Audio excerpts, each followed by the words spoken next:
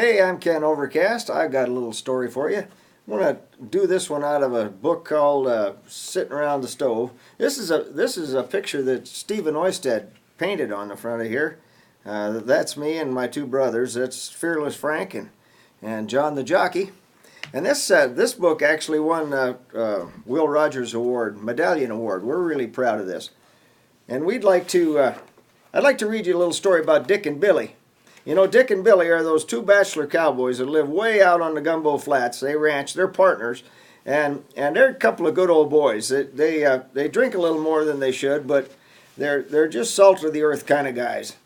So this is called Billy's bedpan conversion. You know something, Dick? Billy reflected one morning at the breakfast table. We've had a pretty good year.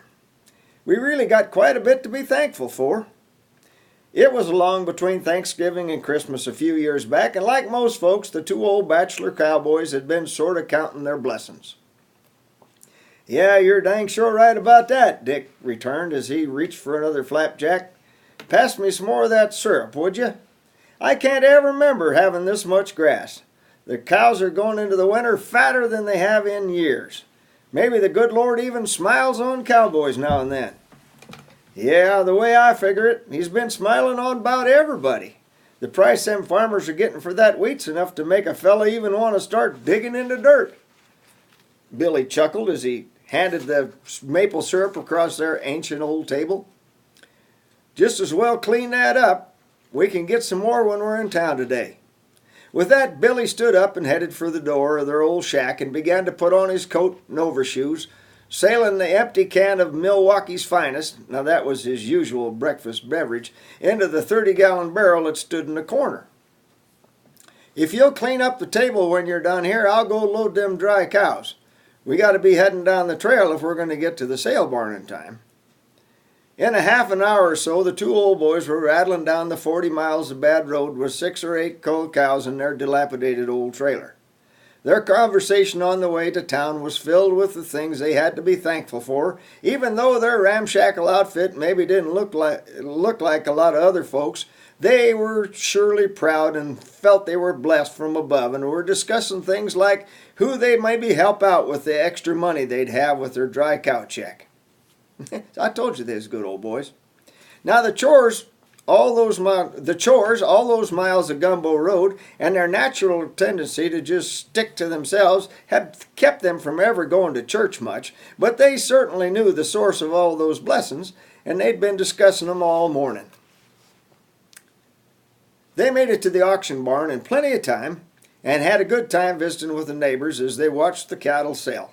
As was their custom, after picking up their check, they went downtown for a steak dinner, and then just naturally drifted over to the Stockman bar for a little snifter or two, or maybe 4 or 5.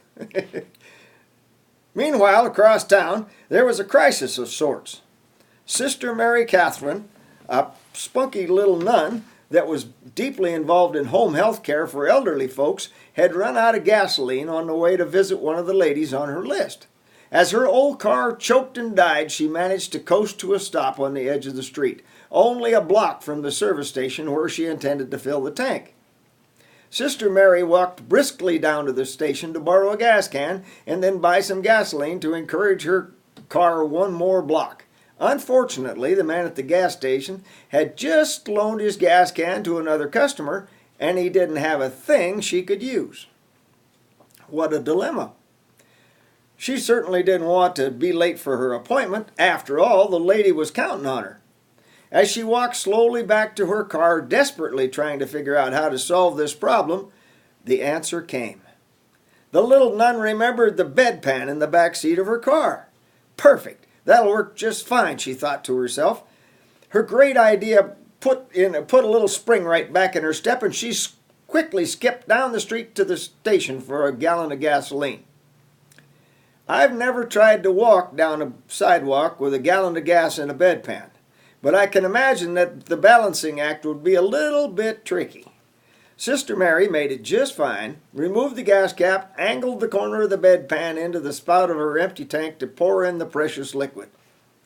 It was on to this very scene that happened to our two now very happy cowboys, definitely not feeling any pain from their extended stay at the Stockman. As they clattered down around the corner in their old rattle-trap outfit, still counting their many blessings, Sister Mary Catherine had the bedpan nearly empty and was just shaking the last few drops into her thirsty gas tank. "Whoa, Dick! Pull this sucker over! Looky that!" Billy exclaimed, pointing at the little nun. Dick dutifully pulled over to the curb on the opposite side of the street about a half a block from the stranded vehicle. "Well, I'll be doggone," he slobbered in return.